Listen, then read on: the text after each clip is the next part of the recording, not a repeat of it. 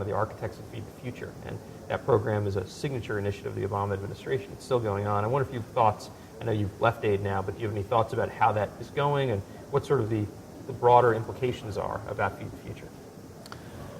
So I left last November, so a little over 8 months ago. So I don't have absolutely current information, but I think it's going very, very well. I mean, I was thrilled to have been part of it. I think we've understood from the data, again, the enormous value of improving food security to reduce poverty and reduce hunger, as well as the challenge of feeding growing populations with climate variability that we're experiencing from climate change. And I think that awareness is what drove the Obama administration to make Feed the Future its signature development initiative.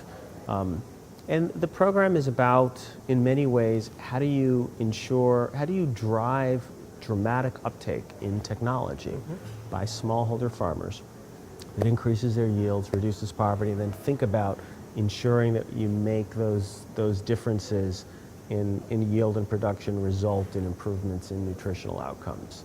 And it ties a lot to the discussion at this conference because so much of it is around markets, right? Developing a market, not just going in as USAID might have done in the past and said, here's a one-shot intervention at improving yields here, but instead thinking about the broader market dynamics. Is there someone to buy those yields if they're improved, right? And so it is about engaging local institutions, government, private sector, CSOs, et cetera.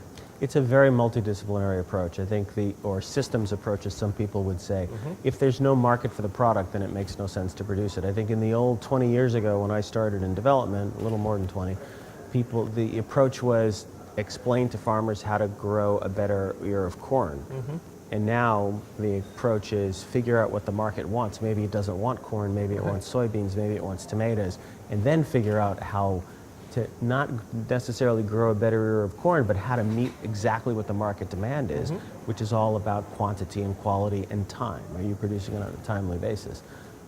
Thinking about that from a systems approach ensures that you get involved in access to key inputs, access to extension services, better agronomic practices, storage, transportation, marketing of produce. Do you understand what the information is, what the data is on prices? It quickly gets very complicated, but that's the only way to do this in a sustainable way. And you have to incorporate, as you say, all the local institutions across the whole value chain.